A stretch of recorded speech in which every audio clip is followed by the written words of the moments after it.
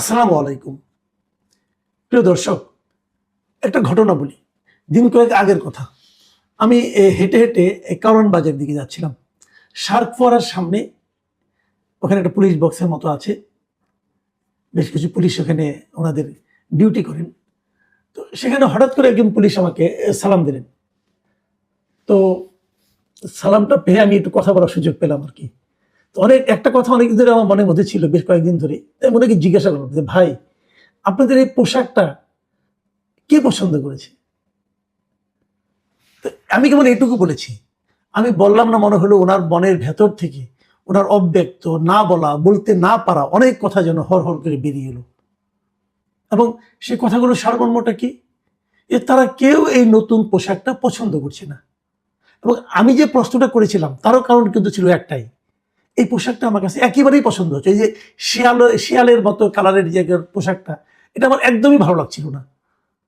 আমরা তো একটা পুলিশের কয়েকটা পোশাক দেখে পরিচিত, অভ্যস্ত, আমাদের চোখ সয়ে গেছে। কিন্তু আমরা আগে দেখতাম একটা খাকি পোশাক। সেই খাকি পোশাক নিয়ে অনেকের আপত্তি ছিল, কারণ খাকি পোশাকটা দেখলেই আমরা ওই আপনার মানে পাকিস্তানি বাহিনী, হানাদার বাহিনীর যে পোশাক, খাকি রঙের পোশাক, সেটার কথা মনে পড়ে যায়। যাক, সেই পোশাকটা 2003 কি 4 সালের দিকে ওই পোশাকটা চেঞ্জ হয়ে যায়। চেঞ্জ হয়ে এই যে নীল কালারের যে পোশাকটা দেওয়া হয়। আর এই নীল কালারের পোশাকটা ভালোই ছিল, এটাকে চেঞ্জ করতে হলো কেন? এবং চেঞ্জ করে শিয়ালি কালারের মতো একটা পোশাক দেওয়া হলো কেন?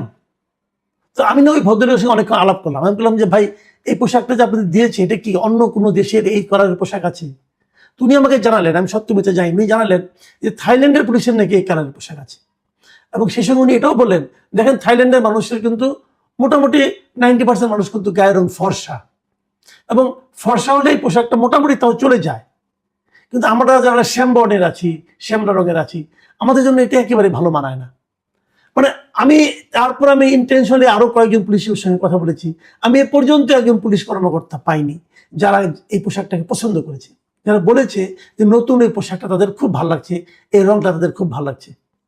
এখন কেন ভালো লাগছে না, এর কিছু কারণ আছে। কিন্তু কারণগুলো এরকম, আপনি দেখবেন বিভিন্ন বাসা বাড়িতে ইদানিং নানা রকম গার্ড থাকে, মানে নিরাপত্তা প্রহরী থাকেন, এবং বিভিন্ন অফিসে এরকম কিছু নিরাপত্তা প্রহরী থাকে। তাদের অনেকেরই এই ধরনের একটা কালারের পোশাক থাকে।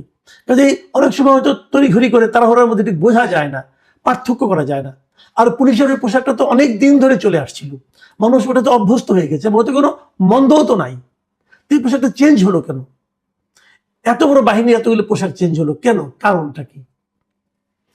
এই কারণটা আর কিছুই না। এটা হলো অন্তর্বর্তীকালীন সরকার যেটা ছিল, যেটা আমি যাকে মোটামুটি একটা তগলখি সরকার বলি, সে সরকারের একটা তগলখি সিদ্ধান্ত ছিল যে পোশাক চেঞ্জ করতে হবে। এবং তখন আমরা দেখেছিলাম র্যাব, আনসার এবং পুলিশ, এই 3 বাহিনীর পোশাক করা হয়েছিল। এবং আমার কাছে সবচেয়ে ভয়ঙ্কর লেগেছিল পুলিশের পোশাকটা এবং র্যাবের পোশাকটা। এবং তখন আমি বলেছিলাম যে, আপনার যদি সিংহের গায়ে যদি বিড়ালের চামড়া লাগিয়ে দেন তাহলে যে অবস্থা হবে, এটা হলো তাই। পুলিশকে দেখে তো বুঝতে হবে যে এরা একটা মানে আপনার অন্যায়ের বিরুদ্ধে রুখে দেওয়ার মতো একটা বাহিনী, তাই না? এই বাহিনীকে আপনি এই পোশাক পরিয়ে দিচ্ছেন কেন? পোশাক কিন্তু মানুষের মধ্যে একটা প্রভাব বিস্তার করে, সাধারণ মানুষের মধ্যে একটা প্রভাব বিস্তার করে। তো সেটা তো হবে না এটা এটা দিলে পর। তারা এটা কেন করলো? তারা বলেছিল যে পুলিশের নাকি মনোবল ফিরে আনতে হবে। তো মনোবলটা কি ফিরে আসছে এই পোশাক দেওয়াতে? পোশাকে দিলে কি মনোবল ফিরে যায়? মনোবল বেড়ে যায়? হ্যাঁ, মনোবল পাল্টে যায়। কিন্তু আপনার পোশাকে আপনার মানে আপনার ব্যক্তিত্ব, আপনার পার্সোনালিটি বলেন, আপনার নিজস্ব সাহস, মনোবল, এগুলি কিন্তু চেঞ্জ হয়, একদম হয় না তা না, হয়। এবং সেই চেঞ্জটা কি এই পোশাকে? আমার মনে হয় সেই চেঞ্জটা হবে নেতিবাচক পরিবর্তন হবে। আগে যে আত্মবিশ্বাস সে নিজের ভূমিকা রাখতে পারতো, এই পোশাক পরলে ততটুকু পারবে বলে আমার কাছে মনে হয় না, বরং কমে যাবে, কোনো সন্দেহ নাই। তার মানে অন্তর্বর্তীকালীন সরকারের যারা এই সিদ্ধান্তগুলি নিয়েছিল, তাদের মূল লক্ষ্যই ছিল যে পুলিশের মনোবলকে কমিয়ে দাও, নানাভাবে কমিয়ে দাও।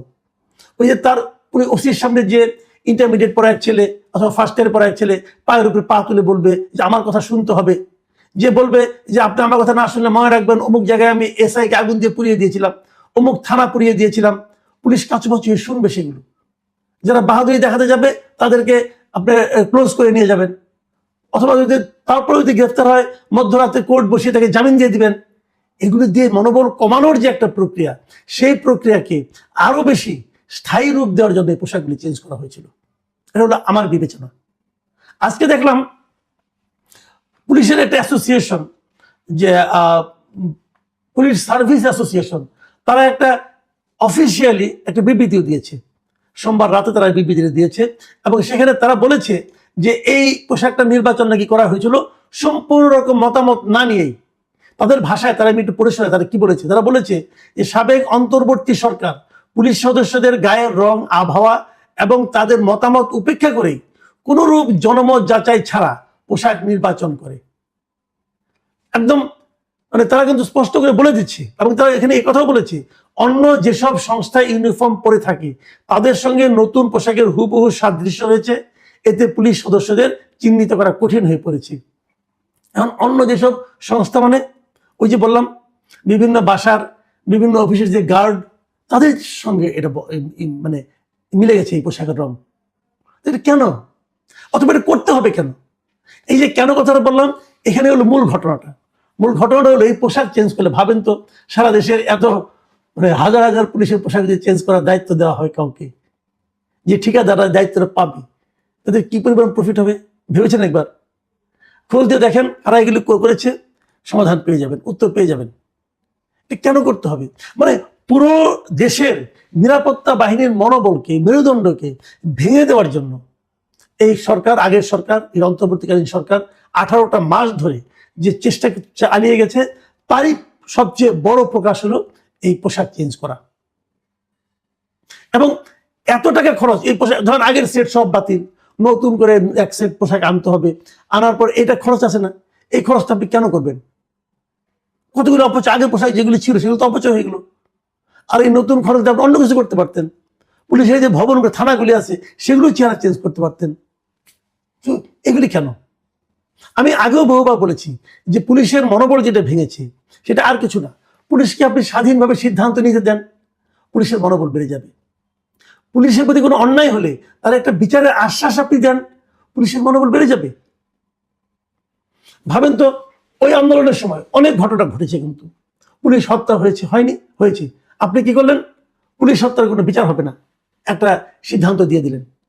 কিসের উপর ভিত্তি করে আপনি সিদ্ধান্ত দিলেন?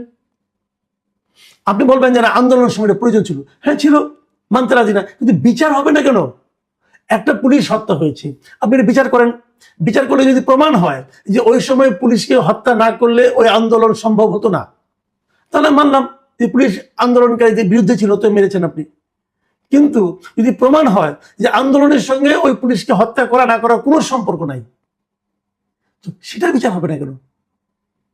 তার বিচার তো হতে হবে। পুলিশ কি মানুষ না? পুলিশ কি দেশের নাগরিক না? আচ্ছা, যত পুলিশ মারা গেছে সেই জুলাই 2024 জুলাই আগস্টে, তাদের যারা ফ্যামিলি আছে, সেই পুলিশ নিহত হওয়ার কারণে, তো সেই পুলিশ মারা যাওয়ার কারণে তার ফ্যামিলি তার বেনিফিটগুলি পাবে?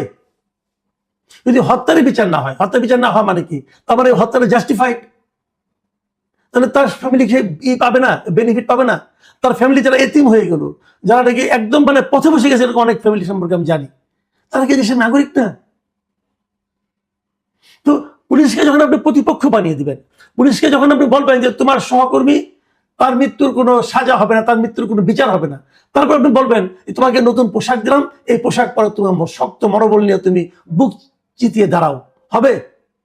এটা তো হবে না। তো সেই কাজটা করে মানে গোড়ায় কেটে আপনি উপরে পানি ঢালছেন। পুলিশের মনোবল তখনই ফিরবে যখন নাকি সুবিচার থাকবে সমাজে, যখন নাকি রাষ্ট্র তাকে সুবিচারের গ্যারান্টি দিবে, তখন দেখবেন পুলিশ নিজের জীবনকে বাজি রেখে কাজ করবে। হ্যাঁ, পুলিশের মধ্যে অনেক অন্যায় আছে, অনিয়ম আছে, পুলিশ ঘুষ খায়, পুলিশ মানুষকে হয়রানি করে, এই সমস্ত অভিযোগ তো আছে।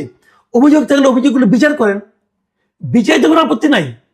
এখন আপনি বিচার করবেন না, ওইটা হতে দিবেন, আবার অপরদিকে গোষ্ঠীগতভাবে তাদের উপর নানা ধরনের অন্যায় অবিচার করবেন, অথবা তাদেরকে নানাভাবে আপনার মানে মনোবল ভেঙে দেওয়ার মতো কাজ করবেন, তারপরে একটা শিয়াল মার্কা পোশাক গায়ে চড়াই দিবেন, তা তো হলো না রে ভাই।